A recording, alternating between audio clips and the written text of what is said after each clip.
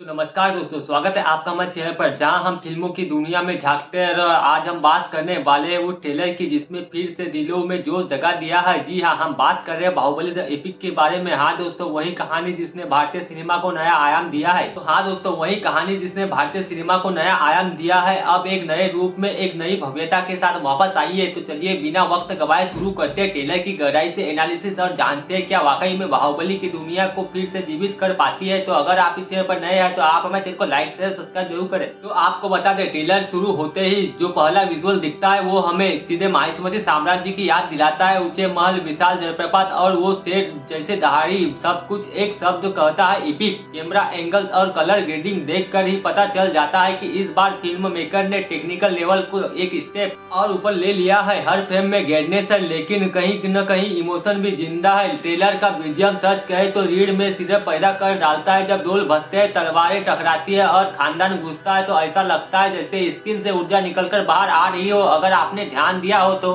Music में पुराने Baahubali theme में कुछ अंश भी शामिल किए गए हैं जो नॉन लीनियर लगते हैं, यानी सिर्फ ये कहानी नहीं बल्कि पुराने जज्बातों की वापसी भी है। अब हम बात करते हैं कुछ कैरेक्टर की। ट्रेलर में हमने ग्लिम्स देखे हैं एक नया योद्धा, शायद अमृत या महेंद्र बाहुबली की विरासत को आगे बढ़ाने वाला कोई किरदार। उसकी एंट्री सीक्वेंस ही ट्रेलर का हाईलाइट है। तलवार हवा में घूमती है और कैमरा उसके चेहरे पर जूम करता है, ऐसा लगता है गूज़बम्प गारंटेड है। और फिर हम देखते हैं एक शक्तिशाली विरोधी जिसकी आंखों में सिर्फ बदला नहीं बल्कि सिंहासन की भूख झलकती है। वो कहता है राज नहीं, विरासत छीननी होगी। बस यही डायलॉग ट्रेलर को एक नया टोन देता है। माहिष्मती की रानी, सेनापति और पुराने किरदारों की झलक भी देखने को मिलती है। ट्रेलर में कंटिन्यूटी का एहसास होता है। वीएफएक्स की बात करें तो इस बार का स्तर हॉलीवुड जैसा महसूस होता है। विशाल युद्ध के दृश्य, आसमान में उड़ते तीर और सीजीआई क्रिएटर्स, सब कुछ बेहद नेचुरल लगता है। सिनेमेटोग्राफी और एरियल शॉट्स और स्लो मोशन सीक्वेंस शानदार है। हर फ्रेम एक पेंटिंग जैसा दिखता है। विशेष रूप से बारिश में युद्ध का सीन, वह तो ट्रेलर का हीरो मोमेंट है। ट्रेलर खुलकर कहानी नहीं बताता लेकिन कुछ संकेत जरूर देता है। शायद यह बाहुबली की अगली पीढ़ी की कहानी है जो एक बार फिर सत्ता, न्याय और बलिदान की लड़ाई लड़ने वाला है।